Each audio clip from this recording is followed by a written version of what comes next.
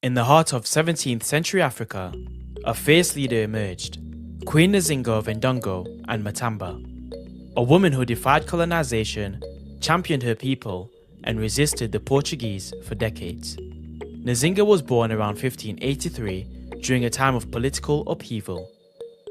Her name, derived from the Kimbundi word kujinga, meaning twist or turn, foreshadowed her ability to navigate life's challenges. Believed to possess spiritual gifts from surviving a difficult birth, Nzinga trained as a warrior from the age of 10, mastering the battle axe and serving alongside her father, King Kinluanji. When the Portuguese arrived in 1575, they disrupted the balance of power in the region, forging alliances and waging war to control the lucrative slave trade. As tensions grew, Nzinga's father and later her brother, Ngola Mbandi, struggled to hold their kingdom together. In 1621, Nzinga was called upon to negotiate peace with the Portuguese. Fluent in Portuguese and skilled in diplomacy, Nzinga's charm and strategic thinking ensured a peace treaty. She reframed Ndongo as a partner, not a conquered state, and even used her baptism as a political tool to strengthen ties. After her brother's death in 1624, Nzinga became queen. But peace was short-lived and the Portuguese betrayed the treaty, prompting Nzinga to launch a strategic resistance. She encouraged slaves to flee Portuguese plantations, formed alliances with the Imbangala warriors, and rebuilt her army to fight back. Nzinga's resilience was unmatched. She allied with the Dutch, reclaiming Luanda briefly in 1641, and orchestrated guerrilla attacks that frustrated Portuguese expansion. Even in her 60s, she personally led troops, proving her unwavering dedication to her people. Nzinga established Matamba as a thriving kingdom and sanctuary for escaped slaves, transforming it into a trade hub.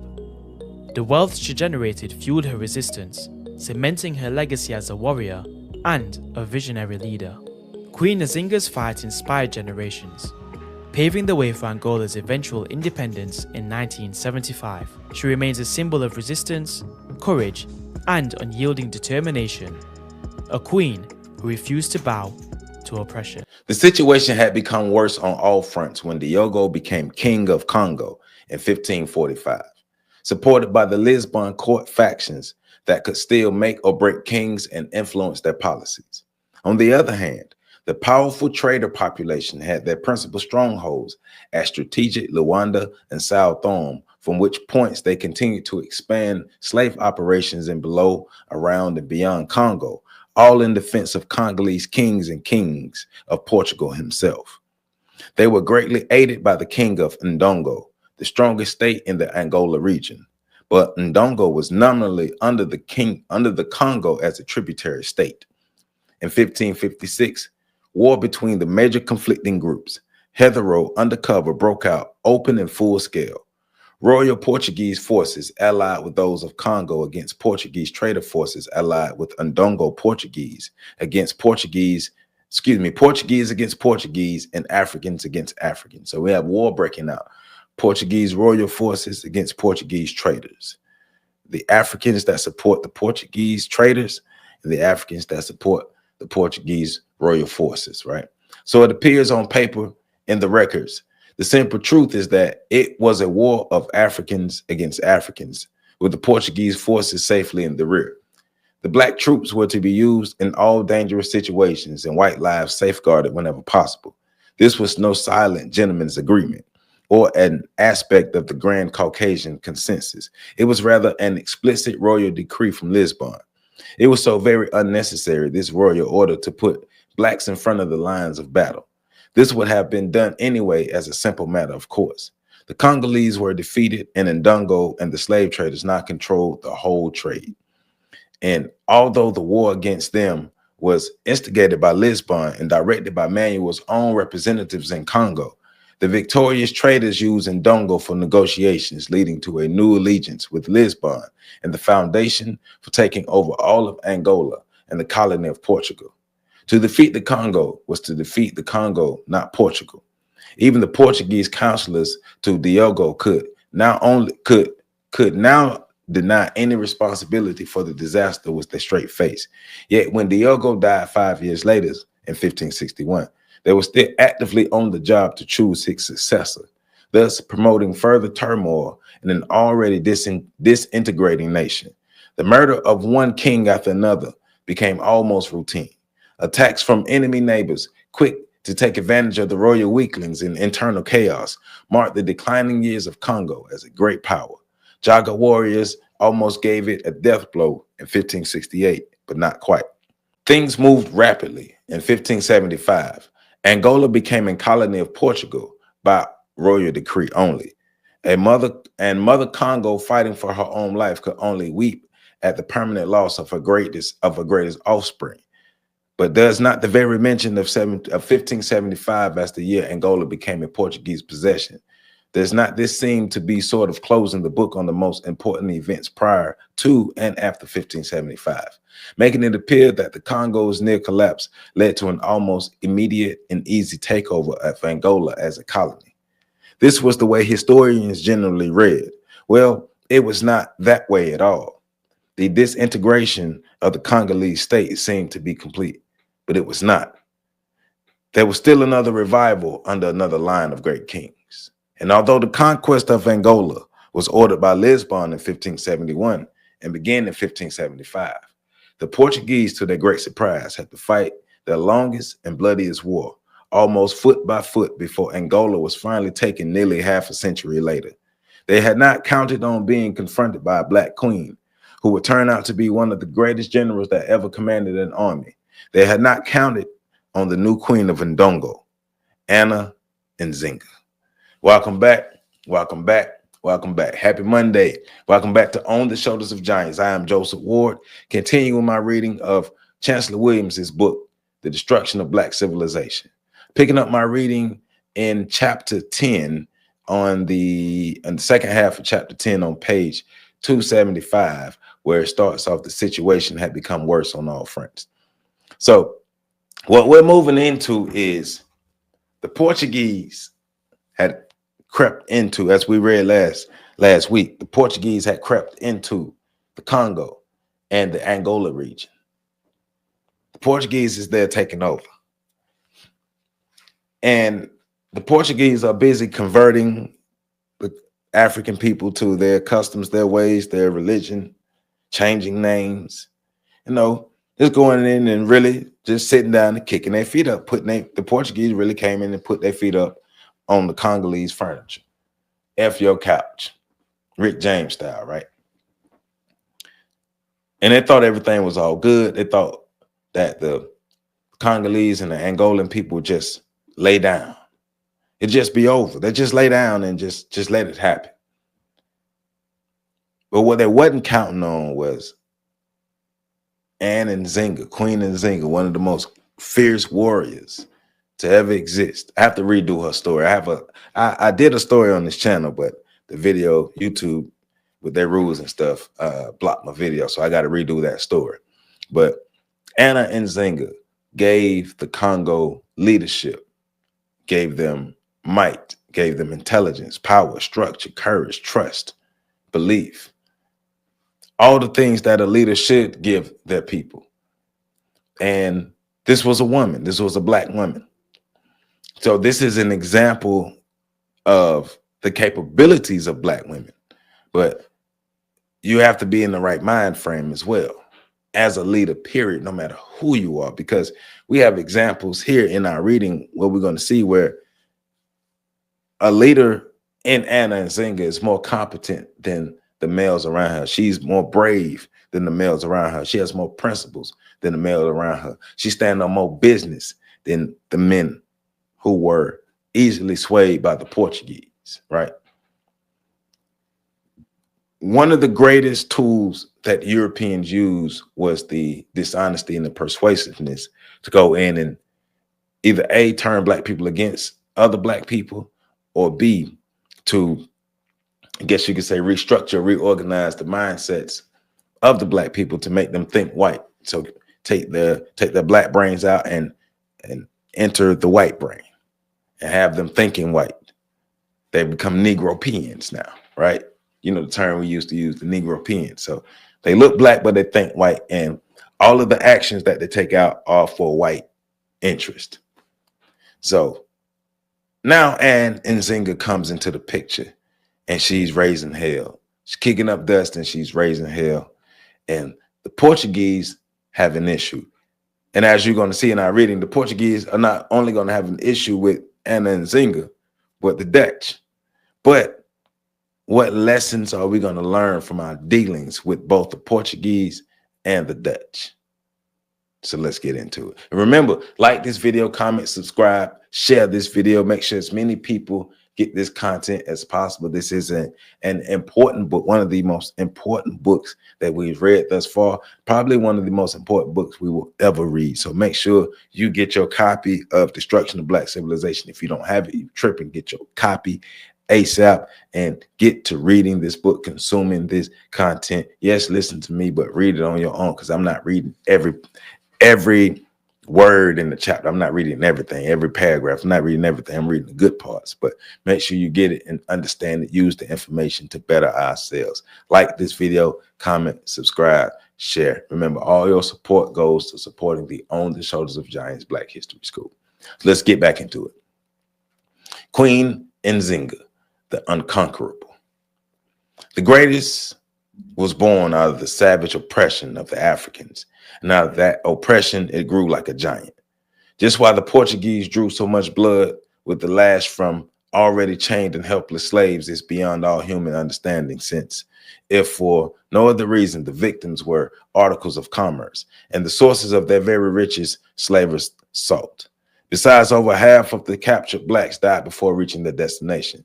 Self-interest then should have stayed the murderous hands of the slavers.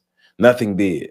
And that fact was one of the reasons that Queen Nzinga said that the real savages of Africa were the whites.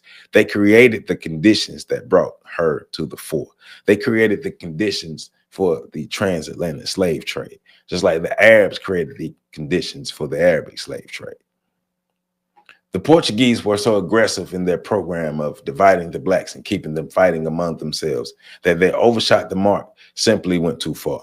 The system of spreading out over the country into the provinces and aligning themselves with the various chiefs had been mentioned more than once.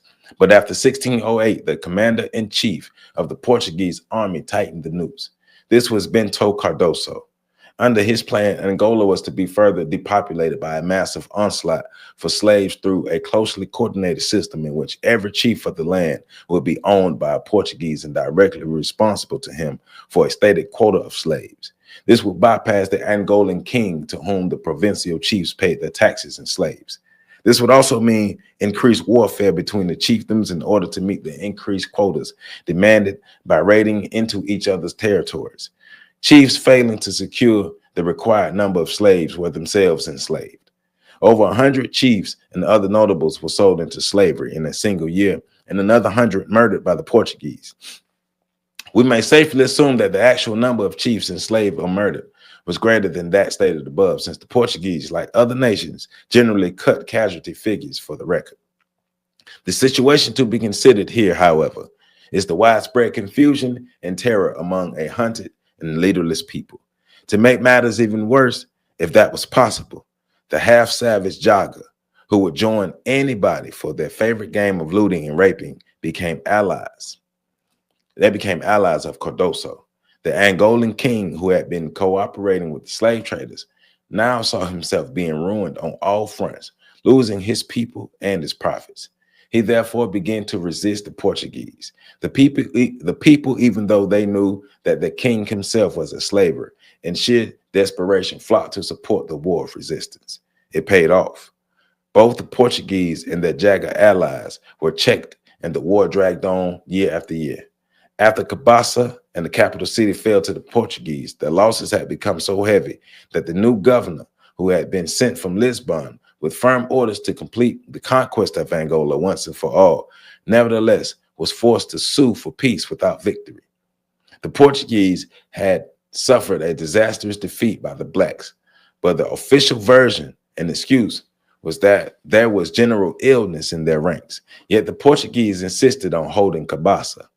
The Africans therefore rejected peace proposals as a trick, and the war was resumed in a land of famine where food crops and the slave trade himself had come to a standstill. In this desperate state of affairs, the fighting somehow continued, with both sides obviously weakening and in disarray.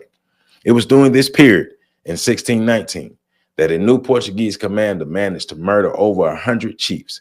At this point, the Pope intervened, insisting that the wholesale slaughter be ended and peace be pursued. In 1622, a new governor was sent from Lisbon to make peace.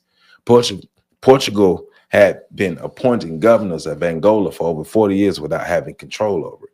See, this is when Portugal is just, imposing their power, imposing their will against the people of Angola, against the people of the Congo, and using their allies and the sellout blacks and the Jaga and the other sellout blacks, or the blacks that were used and placed in their army via slavery, via being captured, right? But for the most part, as stated earlier, they're using blacks against blacks. So yes, black people did participate in the negative aspects of the transatlantic slave trade. But remember, the transatlantic slave trade was a European invention. It was a European function. It came from Europe. Indentured servitude did exist before the transatlantic slave trade. The Arabic slave trade existed before the Islamic slave trade, before the transatlantic slave trade. But the Arabic slave trade, just like the transatlantic slave trade, were foreign instruments. They were not African instruments. The Africans became involved in those instruments either through force or through trying to enrich themselves. But the basis of it is the Europeans coming in or the Arabs coming in and using their force or manipulation to impose these slave trades and ravage the lands. East Africa was being ravaged, while West Africa was being ravaged. But the idea is African people were just going around and enslaving each other. And the idea is like we kicked off the slave trade, and that's not true. Because why wasn't there a transcontinental slave trade before the Europeans showed up and before the Arabs showed up? I'm just saying. The peace conference was held at Luanda. The black delegation was headed by the country's ablest and most uncompromising diplomat, Anna Nzinga, not yet queen, but sister of the king, the woman power behind the weak king, and the one responsible for inspiring the people to continue the war of resistance when every hope was gone, unless she herself had become their last hope. But even before the peace conference began, and at the risk of wrecking it, now listen to this, the governor's Caucasian arrogance could not be restrained. He had decided on a studied insult at the outset by providing chairs in the conference room only for himself and his counselors, with the idea of forcing the black princess to stand humbly before his noble presence. He remained seated, of course, staring hotly as she entered the room. She took in the situation at a glance with a contemptuous smile, while her attendants moved with a swiftness that seemed to suggest that they had anticipated this stupid behavior by the Portuguese. They quickly rolled out the beautifully designed royal carpet they had brought before Nzinga, after which one of her servants went down on all fours and expertly formed herself into a royal throne, on which the princess sat easily without being a strain on her devoted follower. Yet she rose at regular intervals, knowing that the other attendants were vying for the honor of thus giving these whites still another defeat. I gather from the different ways this incident is reported that the Western mind is unable to grasp its real meaning. Some historians saw it as a cruel and inhumane use of slaves, ignoring the fact that Nzinga's chief claim to fame was that she was the greatest abolitionist of slavery, that she herself had no slaves and indeed had not the slightest need for any. One reason might well be that she was so much loved and even blindly followed by her people that it was believed that all would die to the last man and woman following her leadership. Such were the men, not slaves, who gladly formed a human couch before the astonished Portuguese for their leader. And so basically, this is explaining a part of Anna Nzinga's life, before she became a full ruler of the Congo and the Angola area. Portuguese representative came in to speak with her. They was having a meeting. He was trying to sun her.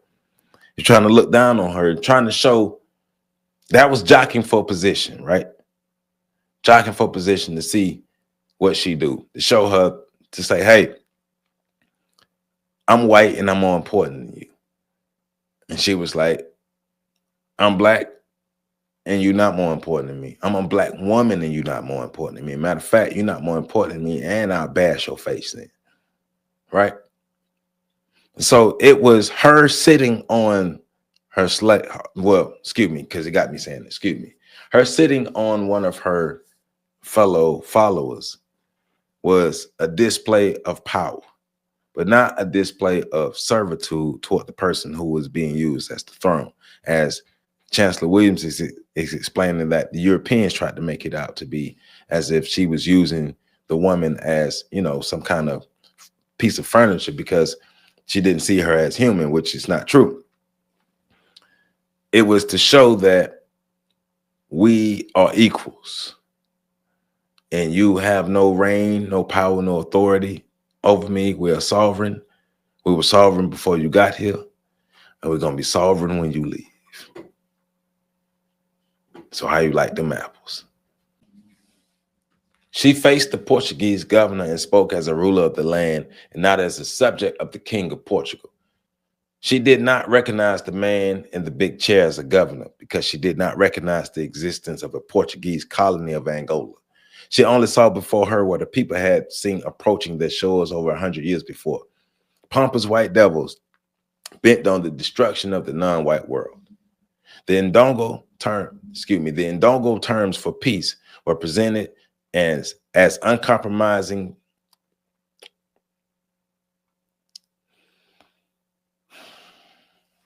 She faced the Portuguese governor and spoke as a ruler of the land, and was not. She faced the Portuguese governor and spoke as a ruler of the land and not as a subject of the king of Portugal. She did not recognize the man in the big chair as governor because she did not recognize the existence of a Portuguese colony of Angola. She only saw before her what her people had been. She faced the Portuguese governor and spoke as a ruler of the land and not as a subject of the king of Portugal. She did not recognize the man in the big chair as the governor because she did not recognize the existence of a Portuguese colony of Angola. She only saw before her what her people had been seeing approaching their shores over 100 years before. Pompous white devils bent on the destruction of the non-white world. The Ndongo terms for peace were presented as uncompromising demands, and it was clear from the beginning that the Portuguese would have fared better with the man. For before any kind of treaty was signed, the Portuguese had to agree to 1, to evacuate Cabaça and all nearby fortifications.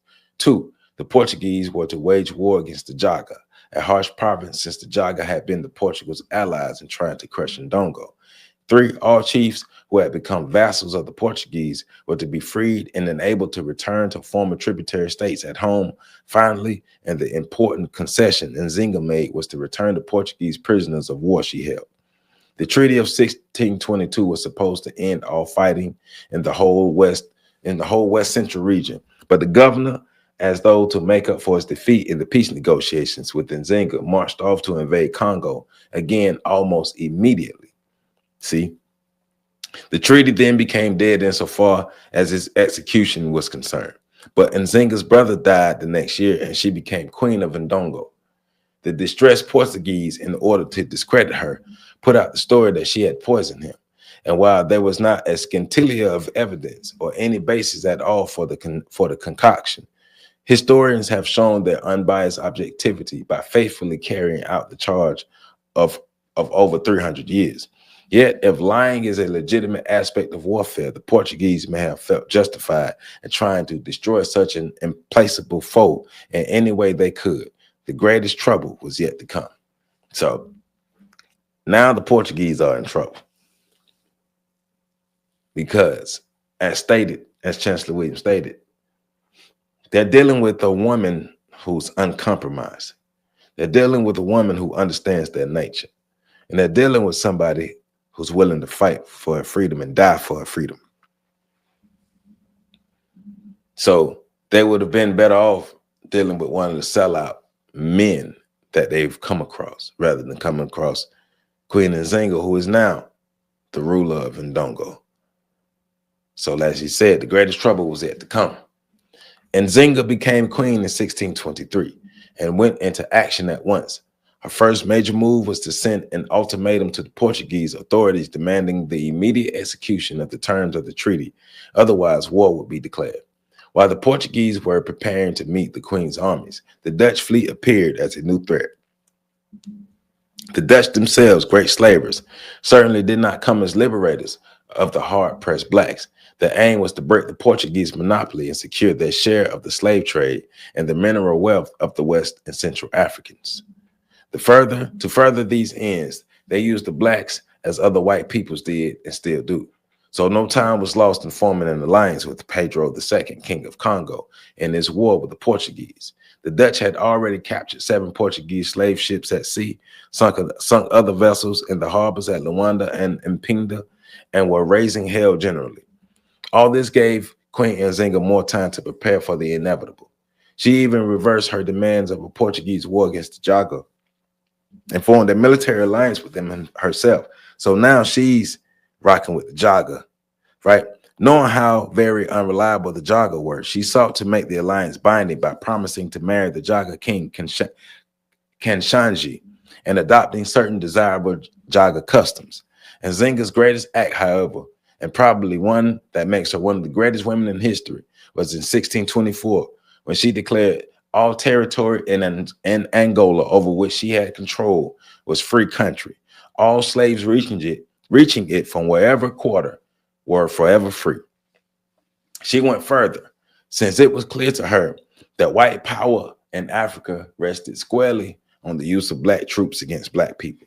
She undertook the first and only carefully organized effort to undermine and destroy the effective employment and use of black soldiers by whites. The first and only black leader in history who was ever known to undertake such a task. She had carefully selected groups of her own soldiers to infiltrate the Portuguese black armies, first separating and spreading out individually into Portuguese-held territory and allowing themselves to be induced by Portuguese recruiting agents to join their forces. The quiet and effective work of Nzinga's agents among the black troops of Portugal was one of the most glorious yet unsung pages in African history. For whole companies rebelled and deserted to the colors of the Black Queen, taking with them the much-needed guns and ammunition, which she had been unable to secure except by swiftly moving surprise attacks on enemy units. The Queen's armies were further strengthened by the runaway slaves who streamed into the only certain haven for the free on the whole continent of Africa. To the Portuguese, Queen Nzinga had passed the last word of, To the Portuguese, Queen Nzinga had passed the last word in unheard of audacity when she was able to influence scores of vassal chiefs to rebel against them and join the cause of their own race. This was too much. This woman had to be destroyed. It had come to that.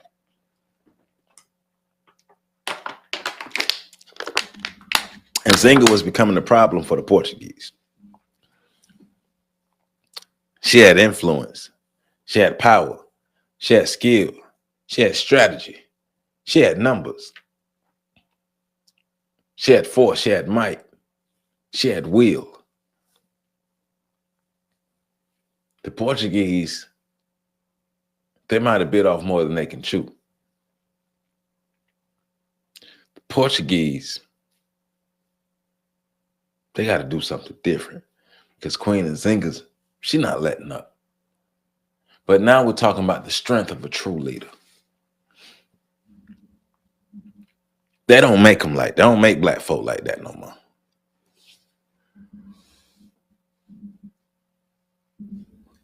Black people like Nzinga are rarely made nowadays. People of principle. People of real principle. And she gave the Portuguese hell. her intelligence, and her might, but also her courage. The Portuguese sent their ultimatum to the queen from their Luanda stronghold, Portugal's Lisbon in Africa. It demanded the immediate return of all chiefs, soldiers, and slaves to Portuguese territory, that is, who had fled therefrom. Refusal would mean war. The ultimatum concluded. The fact was that a state of war already existed since the queen's own ultimatum of the previous year. The Portuguese were afraid to move against her then, and they were even more afraid to move against her even stronger forces now. Although they continued to give the Dutch threat as the reason for delaying the required all-out attack. Meanwhile, the usual strategy for first instigating factional strife among the blacks was by no means forgotten.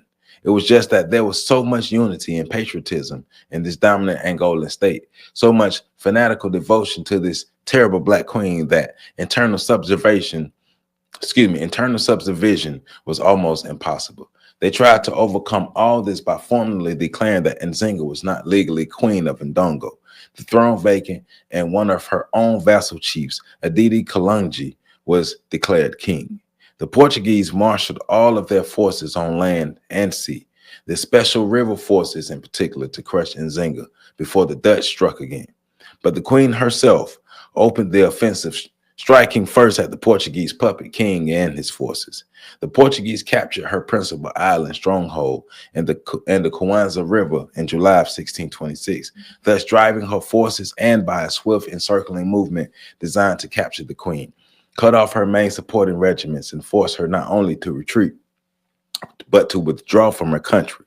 Joy reigned at Luanda and Sao Tome.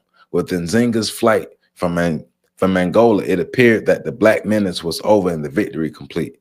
Aditi Kalungi was crowned King Philip I of Ndongo.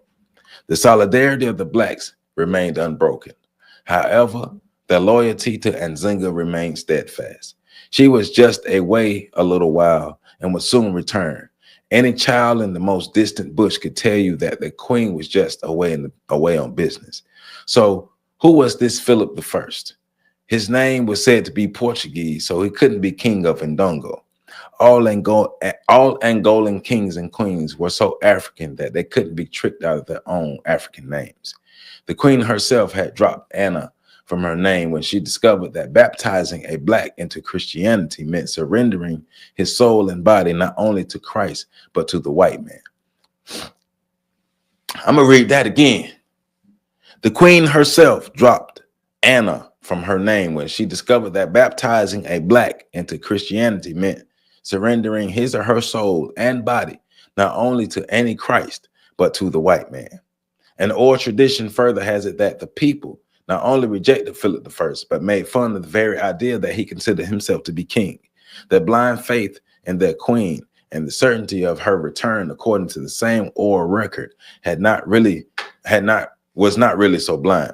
Those who understood the coded drum messages spread the news that all guerrilla attacks which occurred throughout the land were attacks which were personally directed by the queen, and that in fact she was raising a new army of liberation.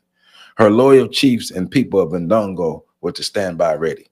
The written record, no matter how slanted, supports the oral, for in November of 1627, she crossed the borders back into her country at the head of a strong army, made stronger and stronger as the loyal chiefs and wildly cheering people, including her fanatically devoted freed men, flocked to her standard as she swept forward to recapture the Kwanza stronghold held by Philip I and put him to flight. The Portuguese continued to be amazed at this display of Black unity, and under a woman's leadership at that. Black unity was now seen clearly as Black power, and that meant an unconquerable people. The Portuguese were resolved to break that unity and the power by developing from it. And the power that developed from it. The revolt against them had become general as Nzinga's victorious forces advanced. The Portuguese retreated to their own strongholds on the coast, giving the Dutch a threat as an excuse and not the threat of being annihilated by the Queen's forces. But you see, one of the main important things that we have read thus far in this section, right, talking about Anna and Nzinga going to war against the Portuguese and breaking their strongholds. leaving the country, coming back, leaving the country, regrouping, strengthening her army, and coming back and being even stronger. But in order for the Portuguese to win, or let me restate that, in order for the white supremacists to become powerful and to break and take over the black people, is they have to break the unity within the black forces. As long as black people are united, white people have nothing. I'm going to say that again. As long as black people are united, white people have nothing. But when black people become disjointed, that's when we have problems. Our problems come when we deviate. What we've learned is our problems come when we deviate from our code and do not unite amongst ourselves. We do not unite as one. When we do those things, we relegate ourselves to be destroyed. We relegate ourselves to be captured. We relegate ourselves to be oppressed and remain oppressed. Then in 1629, the Portuguese stood aghast when Queen Nzinga burst upon them from the grave, sweeping all opposition before her. She brought in her fierce Jaga allies with her, apparently willing to do even this to defeat the whites. The Portuguese were completely defeated. She had not only retaken her own country, but had meanwhile become Queen of Mataba, also having replaced the weak queen there. And Nzinga was now an empress of two countries. She now redoubled her campaign against slavery and the slave trade by making both Ndongo and Mataba havens for all who could escape from their slavery by rebelling or otherwise. Chiefs engaged in the traffic in nearby states now stood in fear of her wrath. The Portuguese saw the handwriting on the wall. In order to not lose every foothold in the area, Lisbon suddenly remembered that it had never carried out the treaty signed by Nzinga in 1622 and declared that Portugal's wars against her had been unjust. High-level embassies were sent to the Queen in 1639 in efforts to effect a settlement. Nzinga received them, listened to their protestations of eternal friendship, and went ahead with determination in reorganizing both of her kingdoms and undermining colonial rule in areas held by the enemies. That every white man in Africa was an enemy of the blacks was a matter about which there was no room for debate in her mind.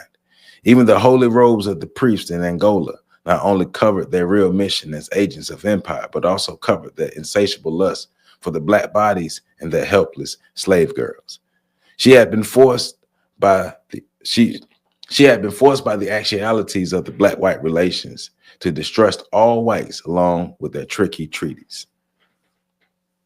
Paying attention to behavior, paying attention to history, paying attention to what happens in proximity with the white people. Everything was cool till the white folk came in. When the white folk came in, things got messed up.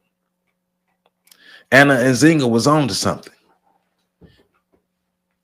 But that's something that we forgot. Our proximity to whiteness has made us forget who our real enemy is. Our proximity to whiteness, matter of fact, our proximity to whiteness has made us believe that the white man is our savior.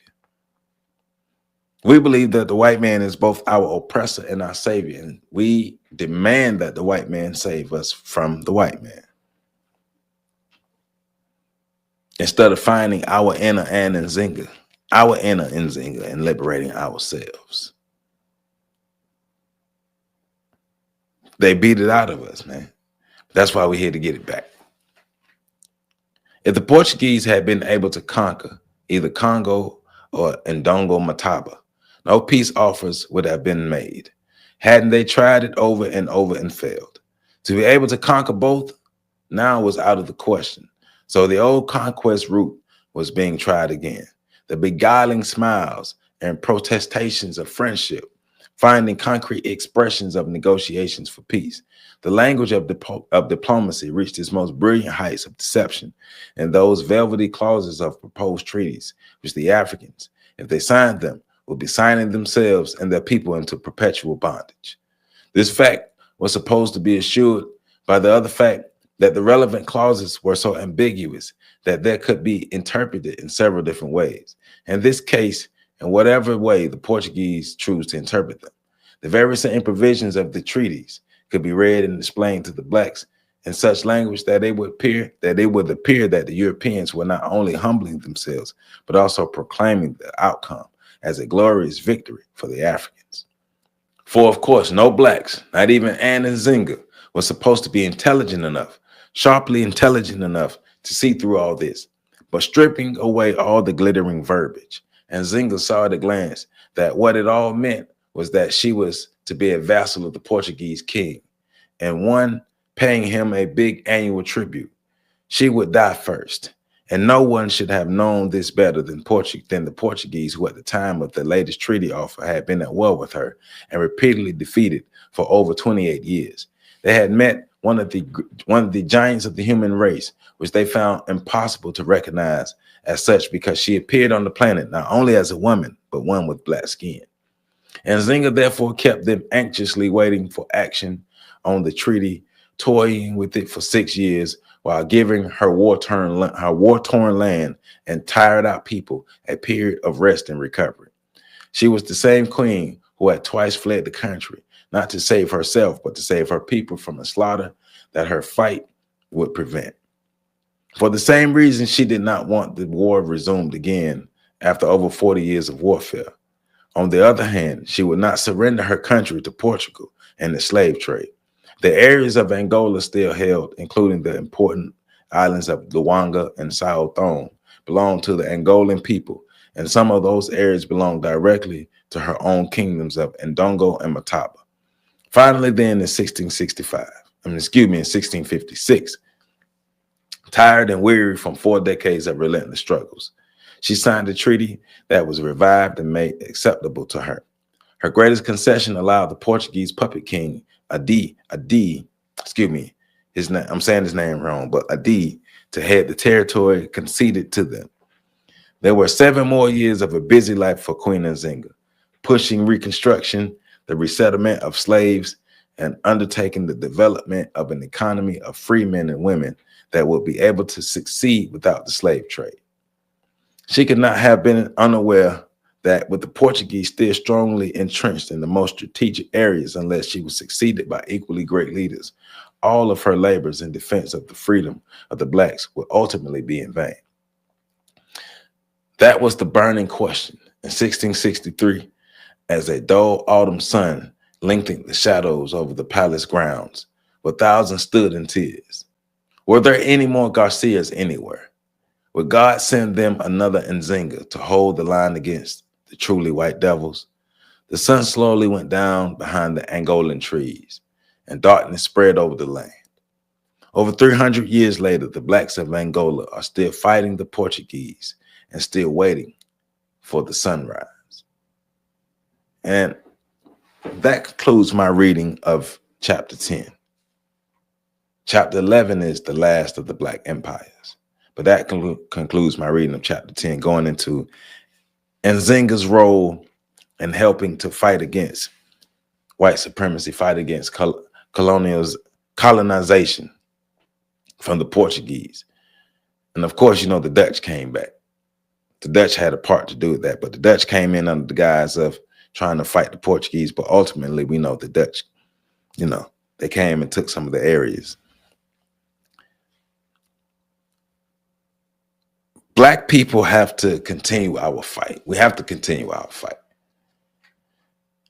I was just having a conversation earlier,